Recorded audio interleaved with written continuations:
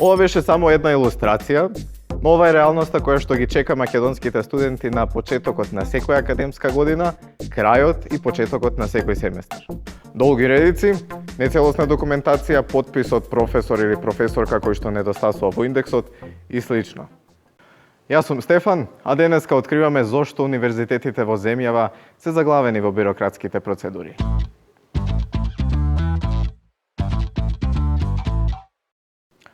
Голем предизвик за младите е тоа што понекогаш институциите не ги слушаат нивните барања. Меѓутоа, не треба само да критикуваме и бараме, туку треба да понудиме и решенија. На 8-9 март, како форум за образовни промени, го организиравме првиот национален студентски форум. Пријавме студентска резолуција. Во таа студентска резолуција е веќе ставена како барање кон институциите од страна на студентите дека тие барат да има да се дигитализираат државните универзитети. Студентите се соочуваат со различни предизвици, но не треба да биде предизвик да трчат во летово низ факултет за да ги најдат професори и да стават оценки во индекс и за да земат потпис од страна на професорите за време на летото и да трчат за да го остварат тоа. Не постои професија или индустрија која што не е зависна од дигитализацијата, вклучително и високото образование. Дигитализацијата, особено во високото образование, е неопходна од најмалку 3 причини. Прво, тоа е за да имаме млади луѓе директно подготвени со дигитални вештини за пазарот на труд, за професиите на сегашноста и днината. Тоа е првата работа.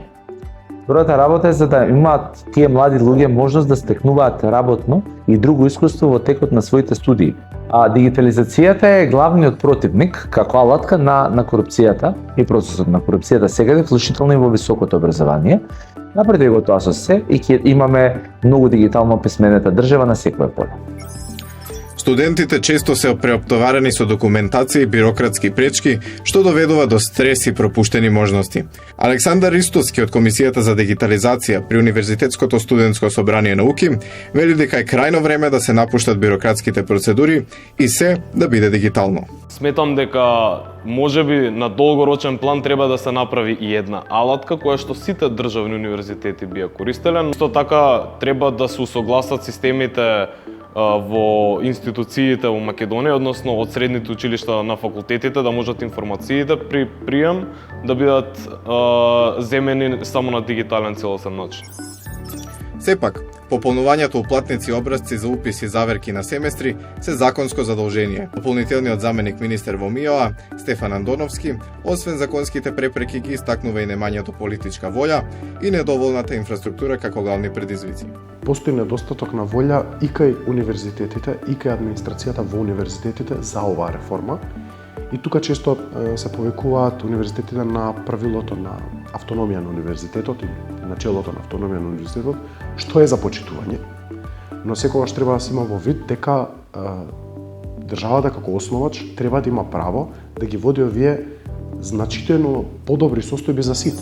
Немањето политичка волја, законските препреки, слабата инфраструктура или целосна неподготвеност на системот за дигитална трансформација. Одговорот на прашањето која е причината што македонските студенти се заглавени во бирократските процедури и побрзо може да си купат авионска карта во еден правец е комплексен. Дали дигиталната трансформација е неопходна? Тука одговорот е еднојасно, гласно и големо да.